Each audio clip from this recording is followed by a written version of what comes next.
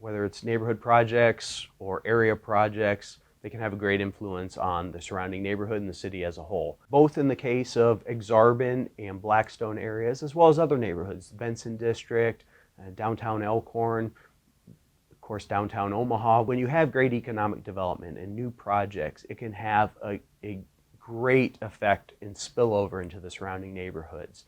It increases the value of adjacent residential properties. It becomes a hot commodity. It has great economic benefit when you can have strong cores in these neighborhoods. Do we ever have projects that involve displacement of residents?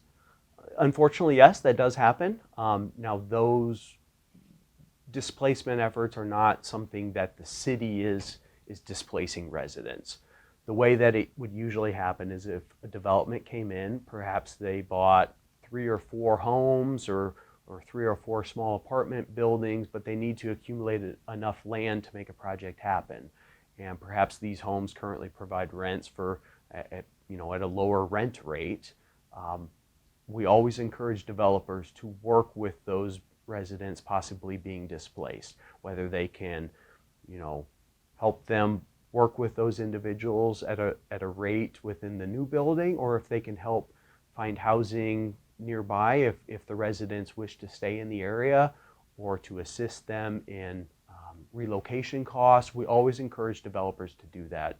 We don't have city projects that are displacing, but it is a sensitive topic, and we want to make sure that development is being done in a responsible way, and that we're trying to accommodate those people that sometimes are being displaced as a result of the project. My staff, we meet with potential developers on a weekly basis. When we meet with developers, we are always at the very start, we are strongly encouraging outreach to the surrounding neighborhood, surrounding property owners, surrounding residents, city council members in there, where the site is located. So right from the start, we're encouraging that outreach. Staff is always available to attend neighborhood meetings with the developer so that we can answer questions from the city's side. And we oftentimes do attend those meetings. So once a month, we have an application deadline to get on a planning board agenda. And once an application has been made, that information is available to the public. There are certain cases that state law requires the city to send a notification to adjacent property owners. Oftentimes that's property owners within 300 feet. If there's a zoning change, we also send it to any registered neighborhood associations. So the city will send that outreach before the planning board saying, hey, just to be aware that this case will be on the planning board. By that point, we've already hoped that the developers, and oftentimes they've already reached out to have a meeting or to have those conversations. But there's times when there hasn't been that dialogue, and of course we welcome any and all to come to the planning board meeting, and there is a public testimony period, whether they're supporters or opposition. But we encourage outreach to neighbors, to affected parties from the very start and throughout the finish. Housing affordability is a great challenge, and it's a very hot topic right now, not only in Omaha, but in Lincoln and cities throughout our country.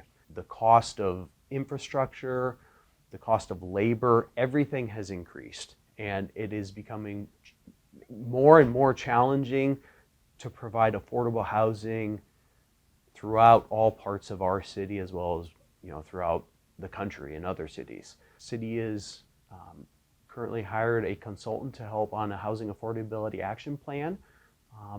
So we are currently looking at any and all options. Can you provide zoning incentives? Can you provide more density? Can you reduce parking requirements?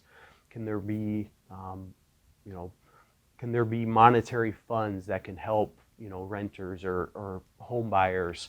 So we're looking at a wide range. We're just starting our community engagement efforts. We're going to have an open house session in each of our 7 city council districts, as well as meeting with specific groups, whether it's philanthropy groups, whether it's nonprofit organizations, developers, builders, because it's an important issue, and it's not going away. So we need to utilize every effort and tool that we can have to help housing affordability.